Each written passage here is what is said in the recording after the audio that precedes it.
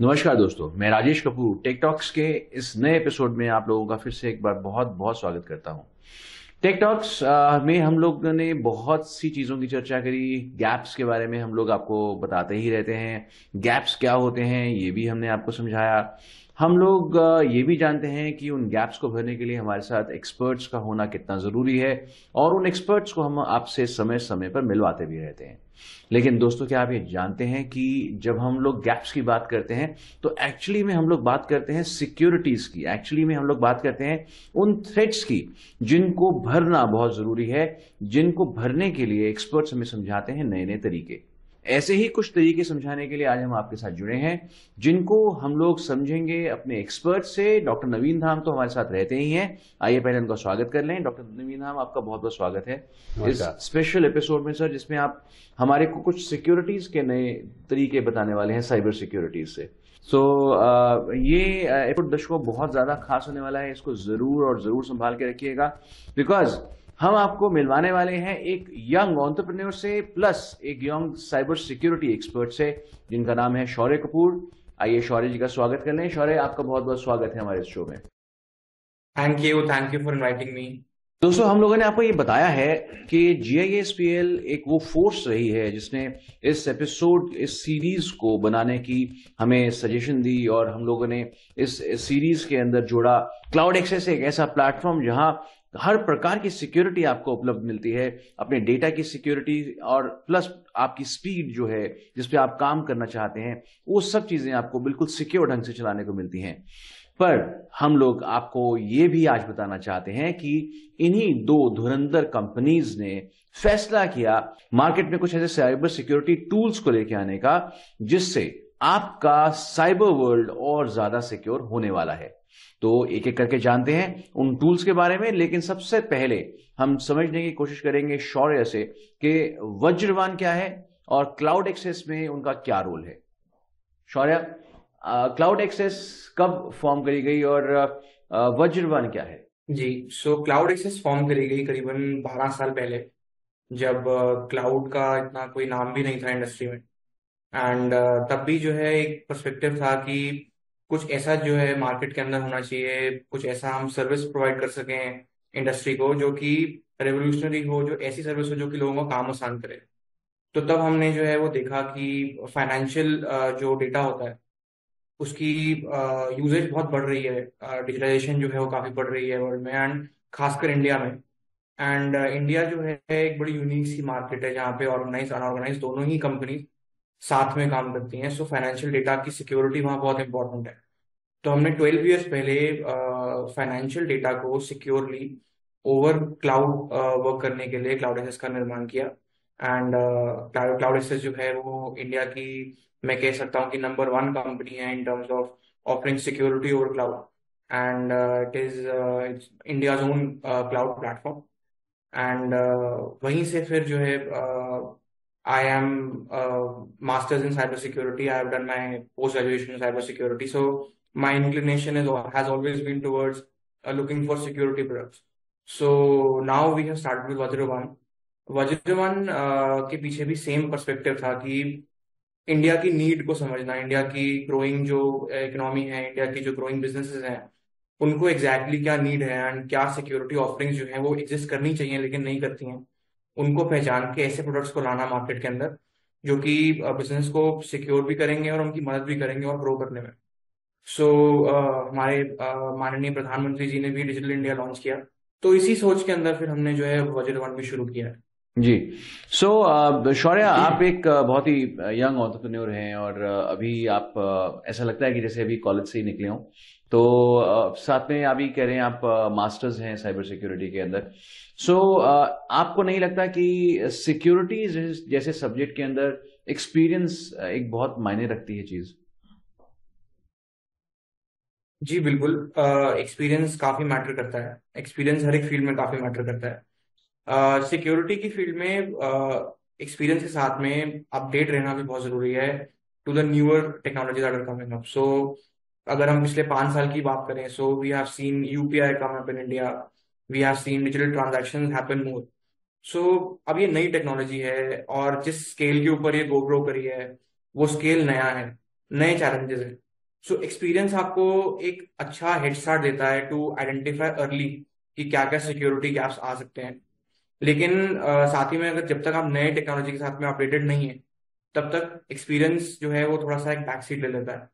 So experience बिल्कुल matter करता है। एंड हम लोग जैसे जैसे जो है नई नई चैलेंजेस को फेस करते हैं, हमारा एक्सपीरियंस बढ़ता रहता है। बट साथ ही में नए चैलेंजेस के साथ में अपडेटेड रहना भी उतना ही जरूरी है। सो अगर आप वज्र वन को भी देखेंगे, सो वज्र one is a perfect amalgamation of experience and the new perspective. Doctor Naveen Dham, who is the Pioneer of starting वज्र one, he is one of the, I would say, the most experienced cybersecurity professionals in India, and he is the man behind Vajravan alongside me. So he brings in the experience, and I bring in the new perspective. So I would say it's a perfect amalgamation. Wonderful. So एक perfect amalgamation है वज्रवन, जैसे कि शौर्य ने बताया। Doctor नवीन धाम, आपके experience में एक security, एक आइडियल सिक्योरिटी आईटी की कैसी होनी चाहिए, और वो आप लोग कैसे इंट्रोड्यूस कर पा रहे हैं? देखिए, आईटी सिक्योरिटी की अगर बात करें तो इसमें जब हम किसी कंपनी में जा रहे हैं और उसमें हम देखते हैं कि हमें इसमें पूरी सिक्योरिटी इम्प्लीमेंट करनी है, तो that should be the combination of your compliance plus technology. तो टेक्नोलॉजी जो होती है वो टूल से आती है, कंप्लायंस जो है वो आपका ISO 27001, PCI DSS, या आपका और कंप्लायंसेस जैसे हिप्पा हो गया, GDPR, ये सारे कंप्लायंसेस हैं। बट जहाँ तक कि इंफॉर्मेशन सिक्योरिटी कंप्लायंस की बात करें तो ISO 27001 इम्प्लीमेंटेशन जो होती है वो वहाँ पर काम करती है, जब किसी कंपनी को अपने यहाँ पर साइबर सिक्योरिटी प्रॉपर वे से इम्प्लीमेंट करनी होती है। तो सिर्फ कंप्लायंस ही काम नहीं करेगा, सिर्फ टूल्स ही काम नहीं करेंगे, दोनों मिलके काम करते हैं। तो अगर आप एक आईटी सिक्योरिटी की बात करें तो दोनों चीज़ें साथ साथ चलती हैं। ओके। सो इसमें जैसे अभी ईश्वर ने समझाया कि वज्र वन जो है वो साइबर सिक्योरिटीज में एक बेहतरीन रोल निभाने वाला है। पहली चीज तो यही आती है कि वज्र वन नाम कैसे सोचा गया, और क्या इसकी पीछे सोच क्या रही? तो वज्र वन रखने के पीछे एक यही सोच थी कि वज्र जो है वो इंद्र देव का शस्त्र है जी। तो अब वो इंद्र देव का शस्त्र जैसे प्रोटेक्ट करता है लोगों को, वैसे ही हम अपने इस टूल से दुनिया को प्रोटेक्ट करेंगे साइबर अटैक से। बहुत बढ़िया। एक तो ये रीजन था, और फिर एक इंडियन टच लाना चाह रहे थे हम उसके अंदर, कि लोगों, पूरी दुनिया को पता लगे कि वो इंडिया ने कुछ बनाया, कुछ नए टूल्स बनाए, तो इंडियन नेम हम सिलेक्ट मतलब इंटरनेशनल मार्केट के अंदर भी जब पॉपुलर होगा तो वज्र के नाम से होगा, और वज्र जो है वो एक हमारे को ऐसा एक जोड़ता है इंडिया के साथ में। इसमें मैं एक चीज ऐड करना चाहूंगा। वज्र की जो डिलीवरी होती है, जैसे इंद्र जी जब बादल पे सवार होते हैं तो बादलों से जो है वो वज्र का प्रहार करते हैं। सेम वे वज्र वन भी जो है वो it is cloud oriented cyber security solutions. So हम भी जो है वो क्लाउड से ही हमारे टूल्स की डिलीवरी करते हैं। तो ये एक और लिंक है। बहुत बढ़िया। सो वज्रवन का दोस्तों इस तरीके से उत्पत्ति हुई। अब क्लाउड बेस्ड सॉल्यूशंस हैं, टूल्स हैं, इसको जरा और डिटेल में समझते हैं। जब आप टूल्स की बात करते हैं, जब हम बोलते हैं टूल्स हैं, तो एक नॉर्मल सोच आ जाती है कि कोई पेचकस होगा, हथौड़ा होगा, तो लेकिन हम ये सब जानते हैं वर्चुअल टूल्स बहुत ही डिफरेंट कैटेगरी के होते हैं, और उनके बारे में आप से ज्यादा और कौन बता सकता है? हमें कुछ बताइए इसके बारे में। जो हमारे टूल्स, जहाँ पहले तो आपने कहा कि टूल्स क्यों हैं, ये सारे टूल्स ही हैं जो कि हमें एक तरह से आपके औजार हैं जो आपको बचाते हैं इनसे, साइबर अटैक से। तो अगर आप एंटीवायरस भी देखो तो वो भी एक टूल ही है जो फाइट करता है अगेंस्ट साइबर अटैक। अच्छा। तो टूल्स जो हमने बनाए वो एक तो SIM बनाया, security incident and event management system, और दूसरा हमने फिशिंग सिमुलेशन बनाया। सिम का काम ये रहता है कि वो 24/7 मॉनिटरिंग के काम आता है, कि अगर आप किसी ऑर्गेनाइजेशन में उसे लगा दें तो जो अटैक्स होते हैं उनकी एक तो वो लॉग्स बनाता रहता है, और दूसरा उसमें ये देखता रहता है कि एक्चुअल में अटैक कौन सा है। तो वो हमें उससे ये पता लग जाता है कि हाँ, कोई हमें हमारे इंफ्रास्ट्रक्चर को अटैक करना चाह रहा है।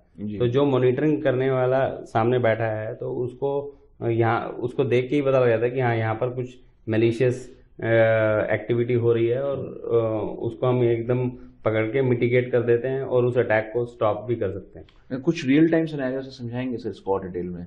जैसे कि समझ लीजिए आपके फायरवॉल पे किसी ने अटैक किया और वो पासवर्ड डाल रहा है, जिसे कि हम ब्रूट फोर्स अटैक कहते हैं, जिसमें कि वो डिफरेंट डिफरेंट पासवर्ड यूज करता रहता है। Within milliseconds thousand of password use हो जाते हैं, lakhs of password in 1 minute हो जाते हैं। तो उनके पास टूल्स होते हैं जिससे कि वो उसको यूज करके अटैक कर रहे होते हैं। तो वो जब इस तरह का अटैक होगा और वो हमारे सिम के ऊपर कॉन्फ़िगर्ड होगी आपकी फायरवॉल, तो हमें वो सिम एकदम हमें अलर्ट कर देगा कि somebody is trying multiple passwords on your firewall. तो उसके लॉग्स भी बनते रहेंगे, उनको वो सेव भी करता रहेगा कि उसने कि क्या क्या एक्टिविटी हुई, और साथ में हमें अलर्ट कर देगा कि यहाँ पर आपने यहाँ पर किसी ने अटैक करने की कोशिश की है। तो वो अटैक हमें एकदम पता लग जाते हैं इससे। तो ये अटैक्स का पता चल जाना ही क्या काफी रहता है किसी सिस्टम को प्रोटेक्ट करने के लिए? I think let's go to Shaurya and understand that. तो नए पर्सपेक्टिव के आधार पे अगर हम लोग आपसे बात करें, तो आपने इन टूल्स को जब इम्प्लीमेंट करने की सोची, तो आपको क्या लगा कि किन इंडस्ट्रीज के लिए ये बहुत बेनिफिशियल रह सकता है? और क्या एक सीम जैसे टूल का लगाना ही काफी सफिशिएंट रहता है? आपके पहले क्वेश्चन का आंसर है कि कोई भी कंपनी जो डिजिटली काम कर रही है, अगर वहां पे कोई कंप्यूटर सिस्टम भी लगा है जो जिसके ऊपर वो डेटा सेव करते हैं, वहां पे सीम का इस्तेमाल हो सकता है एंड जरूरी है इस्तेमाल करना। अब मैं बताऊंगा कि किस तरीके से। So there is something called as compliance. Government के कंप्लायंसेस होते हैं, कुछ इंडस्ट्री स्टैंडर्ड जैसे आईएसओ के कंप्लायंसेस होते हैं। सो बेसिकली हर एक कंपनी जो कि आज ऑनलाइन काम करती है वो कुछ डिजिटल कंप्लायंसेस करती है। नाउ ट्रेडिशनली सीम्स क्या करते हैं, सीम्स सिर्फ लॉग एनालिसिस के लिए यूज होते हैं, जो अब अभी तक यूज होते हैं कि आपके जो भी लॉग्स बनते हैं उनको जो है वो सीम रिकॉर्ड कर लेता है अलग अलग डिवाइसेस से लेके, एंड उसको आप एनालाइज कर सकते हैं। जो हमने पर्सपेक्टिव यूज किया है वो किया है कि सीम का यूज क्या है एंड हम उसको किस तरीके से पूरे प्रोसेस को मैनेज करने के लिए मोल्ड कर सकते हैं। जैसे फॉर एग्जांपल मैं अगर किसी एनबीएफसी का एग्जांपल लूँ, तो अब एनबीएफसी के अंदर मान लीजिए उन्होंने आरबीआई की कंप्लायंस कराई है and they are compliant with the RBI and they are focusing on an application, they have an application over which there are many users. So on a traditional SIEM, what they will do is they will link all the devices and they will collect all the logs. And whenever there is a security incident or event, they will monitor it and analyze it. That is all. What we have done in our SIEM is कि हमने compliance को mold कर दिया है SIEM के process पे.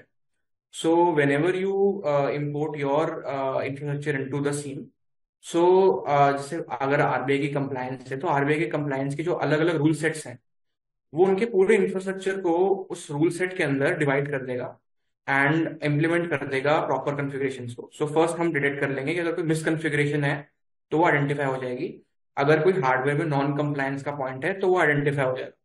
Then बड़े सारे टाइप के अलर्ट्स आते हैं, डे के अंदर लाखों करोड़ों अलर्ट्स जनरेट होते हैं अलग अलग डिवाइसेस से। वो सारे के सारे अलर्ट्स, लाखों करोड़ों अलर्ट्स जो हैं वो आरबीआई के कंप्लायंस के रूल सेट के अंदर ऑटोमेटिकली कैटेगराइज हो जाएंगे, तो आप अपनी कंप्लायंस को इजीली मॉनिटर कर सकते हैं। फिर अगर कोई भी ब्रीच होता है, जैसे ब्रूट फोर्स का एग्जांपल सर ने लिया, ब्रूट फोर्स का अगर जो है कोई इवेंट आता है, इंसिडेंट आता है सिक्योरिटी का, वो अलर्ट भी हो जाएगा एंड वहां पे एप्रोप्रिएट रेमेडिएशन जो है वो भी उनको सजेस्ट हो जाएगी एंड वहां से उनको रिपोर्टिंग कैसे करनी है इसका भी जो है हम रिकमेंडेशन उनको देते हैं। सो 6 आवर्स के अंदर अंदर उनको अगर सर्टन को रिपोर्ट करना है, so they have a proper sheet over which they can simply take grab a shot of that and send it to certain, and that will suffice it. So from identifying misconfigurations, seeing the vulnerabilities in the system, to being compliant with their government compliances, to reporting those logs, the entire process has been taken care of. So this is what we have brought in the new perspective कि business जो कोई run कर रहा है अपना उसके लिए easy होना चाहिए। जी। सो आपने फिशिंग सिमुलेशन की बात भी कही थी। डॉक्टर साहब, वज्रवान से पहले भी काफ़ी कंपनीज हैं जो सिक्योरिटीज़ में काफ़ी महारत हासिल कर चुकी हैं, जिनका नाम भी है। तो आपको क्या लगता है कि आपके प्रोडक्ट्स को मार्केट किस तरीके से ट्रीट कर रही है या करना चाहिए उसको? किस पर्सपेक्टिव से आप इसको मार्केट में लेके आए हैं? क्या नया आयाम है इसके अंदर? देखिए, मार्केट इसको बहुत अच्छी तरीके से ट्रीट कर रही है, क्योंकि हमने कुछ यूनिक फीचर हम लेकर आए हैं इस फिशिंग सिमुलेशन में। जैसे कि नॉर्मल अगर आप फिशिंग सिमुलेशन देखो तो उसमें सिंपल एक मेल आती है और वो एम्प्लॉय के पास आई, उसने देखा, और उसके बाद अगर समझ लो अमेजोन से मेल भेजी हमने। फिशिंग का यही एक प्रोसीजर रहता है। थोड़ा सा मैं समझाना चाहूँगा कि फिशिंग में क्या होता है कि हम ये चेक करते हैं एम्प्लॉय की अवेयरनेस कितनी है, एम्प्लॉय कितना सतर्क है साइबर अटैक्स को लेके, कि कोई भी उल्टी सीधी मेल आ रही है हैकर से तो वो क्या वो उसको आइडेंटिफाई कर पा रहा है, क्या उस पर उसका क्या प्रक्रिया है, और देखकर उनका क्या एक्शन लेता है, या वो उससे उसके बहकावे में आके वो अटैक का शिकार हो जैसे जाता है। अमेजोन से 90% हाँ का एक कोई सेल का हाँ लिंक आया और उसने फटाफट उस पर क्लिक कर दिया कि मेरे को यस, सस्ते में मिल जाएगा। हाँ सस्ते में मिल जाएगा। कई बार कोविड की इन्फॉर्मेशन आई, हम भी इसी तरह से अटैक करते हैं कि कोविड की इन्फॉर्मेशन आई कि हाँ ये नया कोविड वायरस आया है और आपको जानकारी के लिए यहाँ क्लिक करें। तो नॉर्मल फिशिंग में क्या होता है कि सिर्फ ये होता है और वो क्लिक करता है, फिर उसके बाद वो उसके सामने आ जाता है कि यू हैव बीन फिश्ड, और फिर उसको एक लिंक दे दिया जाता है ट्रेनिंग के लिए। पर हमारे इसमें हमने साइकोमेट्रिक एनालिसिस भी ऐड कर दिया, अच्छा, जो वो कि क्या चीज़ है? जो कि एक एम्प्लॉय की साइकोलॉजी को हम पढ़ते हैं। एक लिंक जाता है जो कि हर एम्प्लॉय को उस लिंक पे क्लिक करके सर्वे देना होता है। तो वो जब वो पूरा सर्वे भरता है तो हमें पता लगता है कि हमारी टीम में साइकोलॉजिस्ट बैठे हुए हैं जो जिन्होंने ये बनाया है पूरा टेस्ट। उससे हमें ये पता लगता है कि हमने उसके 4 क्वाड्रेंट्स बनाए कि हर कि आपका एम्प्लॉय कौन से क्वाड्रेंट में फॉल कर रहा है और वो उसकी वीकनेस कहाँ है उसकी साइकोलॉजी में। तो हम उसकी साइकोलॉजी में वीकनेस देख के उसको किल करते हैं, और फिर जब हमारी ट्रेनिंग वो अटेंड करता है तो उसमें वो चारों क्वाड्रेंट फिल हो जाते हैं, तो वो उन चारों में जो है स्ट्रांग हो जाता है।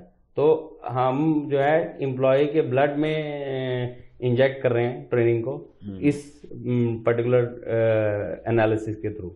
और साइकोमेट्रिक के बारे में ज़्यादा शौर्य आपको बता पाएंगे। अच्छा, ओके। तो शौर्य, डॉक्टर धाम का कहना है कि साइकोमेट्री टेस्ट जो है उसके बारे में ज़्यादा आप जान पाएंगे शौर्य से। लेकिन उससे पहले कि मैं आपसे ये पूछूं ये क्या चीज़ है, मैं ये समझना चाहूँगा कि एक साइकोमेट्रिक एनालिसिस का ख्याल भी कैसे आया? आप टेक्नोलॉजी में हैं और साइकोलॉजी की बात कर रहे हैं, दोनों का मेल कैसे बनता है? सो सिक्योरिटी के अंदर एक बड़ा कॉमन नोशन है कि सिक्योरिटी इज अ माइंडसेट। कोई भी ऑर्गेनाइजेशन के अंदर वी कैन इम्प्लीमेंट एनीथिंग। आप मल्टीपल फायरवॉल्स लगा लीजिए, मल्टीपल सिक्योरिटी आप इम्प्लीमेंट कर लीजिए, वर्ल्ड क्लास सिक्योरिटी आप इम्प्लीमेंट कर लीजिए, लेकिन अगर वहां पे जो काम कर रहे हैं उनका माइंडसेट ही सिक्योरिटी का नहीं होगा तो एक सिंपल मेल भी जो है वो ऑर्गेनाइजेशन का डेटा ब्रीच करवा सकती है। So first of all everyone has to understand कि सिक्योरिटी इज अ माइंडसेट। अब उसी बात को लिंक करके हमें एक ख्याल आया कि जितने भी फिशिंग सिमुलेशंस हैं वो क्यों करते हैं ऑर्गेनाइजेशन, वो इसलिए करते हैं ताकि एक ह्यूमन एरर को हम रिड्यूस कर पाएं, जो यूजर्स हैं उनको अवेयरनेस दे पाएं कि फिशिंग होती है, कैसे होती है और उससे कैसे बचा जा सकता है। लेकिन एक सिंपल हमें फ्लॉ मिला उसमें कि कोई भी सर्विस प्रोवाइडर जो कि फिशिंग सिमुलेशन प्रैक्टिस करता है या सर्विस देता है वो क्वांटिफाइबल मेट्रिक्स के अंदर बता नहीं सकता है कि उनका फिशिंग सिमुलेशन कितना इफेक्टिव है, क्योंकि ये एक सब्जेक्टिव एक्सरसाइज है। आपने किसी को फिश करने की कोशिश करी, आपको पता चल गया कि वो वल्नरेबल है फिशिंग के, फिर आपने उनको एक कोर्स दे दिया और बोला कि आप एक कोर्स करके ठीक हो जाएगी।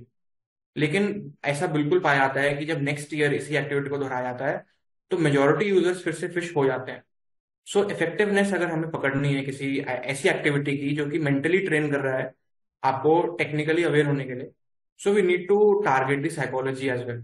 वहीं से हमारे को जो है ये चीज का भी समझ में आया कि until and unless we target the psychology, we bring in characteristics which determine a person's mindset towards security, we will not be having a successful solution. लेकिन जैसे अभी आपने खुद ही बोला कि जब हम लोग इस तरीके से साइकोलॉजिकली किसी को टेस्ट कर लेते हैं तो चांसेस रहते हैं उसके फिर से वही गलती दोहराने के।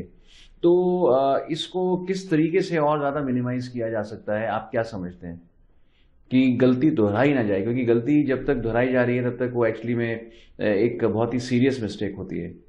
हम लोगों ने एक क्वाड्रेंट डेवलप किया जो कैरेक्टराइज करता है कि एक पर्सन कितना नॉलेजेबल है, अवेयर है फिशिंग के ऊपर, उनको क्या समझ है उसको सॉल्व करने के लिए या टैकल करने के लिए अटैक को, और किस तरीके से उनको पता है कि रिपोर्टिंग करनी होती है ऐसे किसी अटैक की। तो ये 4 कैरेक्टरिस्टिक्स जो हैं हमने एक बार जोड़े क्वाड्रेंट के अंदर, और एक मैट्रिक्स बनाया जो कि इवेल्युएट करता है किसी भी पर्सन को इन क्वाड्रेंट्स के अंदर। सो अब हम क्या करते हैं कि पहले अगर हम नॉर्मल फिशिंग की बात करें, सो नॉर्मल फिशिंग के अंदर वी डोंट नो कि जिसके ऊपर हम फिशिंग कर रहे हैं उनका मेंटल प्री डिस्पोजिशन क्या है, वो किस तरीके से प्रिपेयर्ड है, और कहाँ पे उनका वीक पॉइंट है, कहाँ उनका स्ट्रांग पॉइंट है। यहाँ पे हम लोग पहले आइडेंटिफाई करते हैं कि कहाँ पे उनका वीक पॉइंट है, वीकेस्ट पॉइंट क्या है, एंड स्ट्रांग पॉइंट्स क्या है। Then we work to strengthen their weak points. You are as strong as your weakest link, एक बड़ी पुरानी कहावत है। So what we are doing is we are identifying everybody and we are identifying where they are the weakest.